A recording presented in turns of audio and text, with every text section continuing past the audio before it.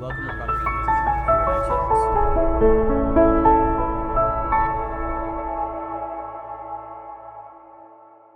ITX. What is on your mind that you think other people ought to be thinking about, that at least maybe over the next couple of years, maybe things that you see coming that you think people ought to be thinking about?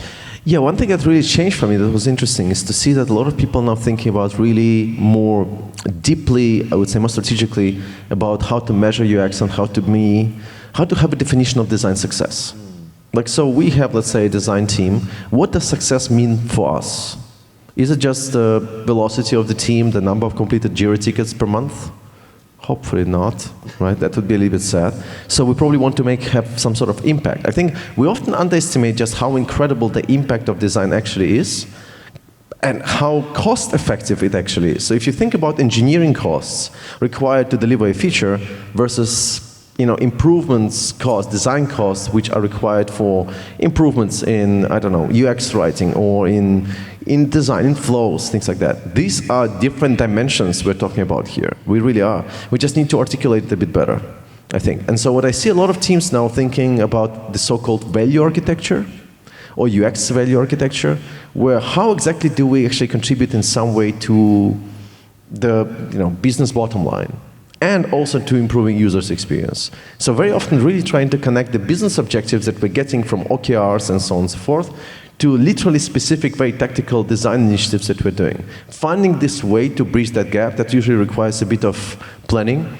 And very often you can borrow from marketing teams who are using things like KPI trees, and we can use design KPI trees and UX KPI trees and kind of measure success in that way. And typically, it would be maybe like 2-3 metrics it would be establishing.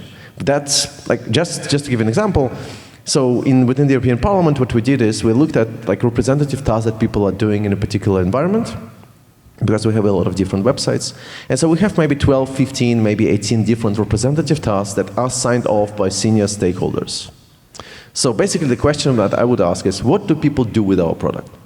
What's the key proposition that we're giving here? What must we excel at to be competitive, to be strong, to be selling? And I'll be speaking to sales, I'll be speaking to customer success teams, I'll be speaking to senior stakeholders as well. And they will give us sort of a list of things that are important. Not a list of features, but what do people do here? What is the ultimate success, definition of success for them?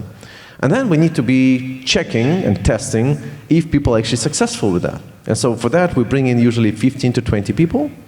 And we ask them to complete these tasks. We don't speak to them, they don't speak to us. It's sort of like, right, it's mysterious testing session.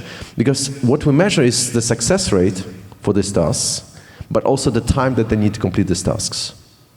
And these are objectively good metrics to have, right? So obviously it must match the right audience and so on and so forth.